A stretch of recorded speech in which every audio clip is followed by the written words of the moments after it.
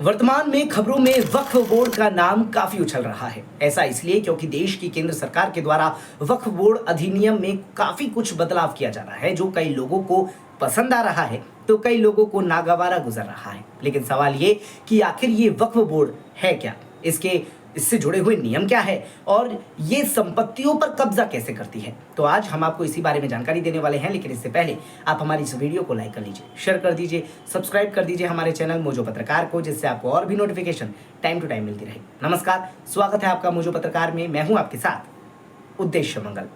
आपको बता दें कि केंद्र की मोदी सरकार अब वक्फ बोर्ड की शक्तियों को कम करने की तैयारी में जुट गई है। दरअसल केंद्र सरकार इसी संसद सत्र में वक्फ एक्ट में बड़े संशोधन करने जा रही है।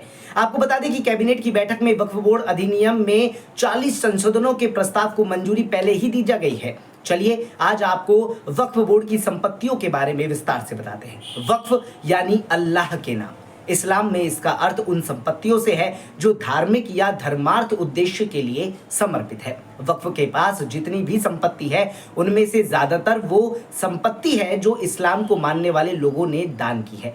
वक्फ बोर्ड इसी तरह की संपत्तियों के रखरखाव का काम करता है। भारत में 2 वक्फ बोर्ड है, पहला सुन्नी वक्फ बोर्ड और दूसरा शिया वक्फ बोर्ड।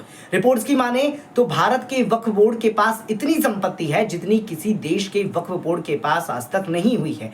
बता दें कि साल 1954 में भारत में पहली बार वक्फ बोर्ड एक्ट बनाया गया था, लेकिन बाद में इसे निरस्त कर दिया गया। इसके बाद साल 1964 में केंद्रीय वक्फ परिषद का गठन किया गया। उस वक्त ये परिषद अल्पसंख्यक मंत्रालय के अधीन था। सबसे पहले साल 1995 में वक्फ बोर्ड की शक्तियां बढ़ाई गई। दरअसल 1991 में जब बाबरी विध्वंस हुआ था तो देश का माहौल खराब हो गया। उस वक्त केंद्र में पीवी नरसिम्हा राव की सरकार थी। उन्होंने मुसलमानों को एक बेहतर संदेश देने के लिए, खुश करने के लिए वक्फ बोर्ड एक्ट में बदलाव किए और इसे जमीन अधिग्रहण करने के लिए असीमित अधिकार दे दिए। इसके बाद साल 2013 में वक्फ बोर्ड की शक्तियां और बढ़ा दी गई। 2013 में जब केंद्र में यूपीए की सरकार थी तब वक्फ बोर्ड एक्ट में बदलाव करते हुए उसे अधिकार दे दिए गए कि वो मुस्लिम दान के नाम पर संपत्तियों पर दावा कर सकती है।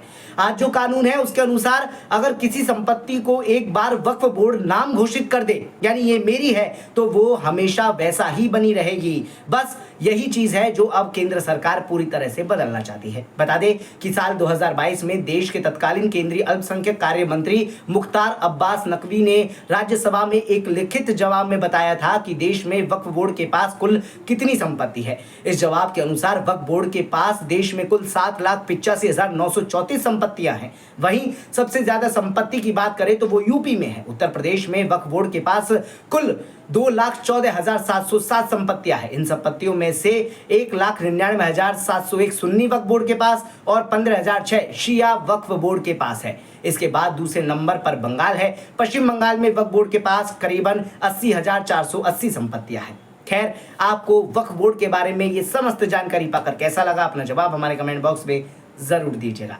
बने रहिए मोजो पत्रकार के साथ। नमस्कार।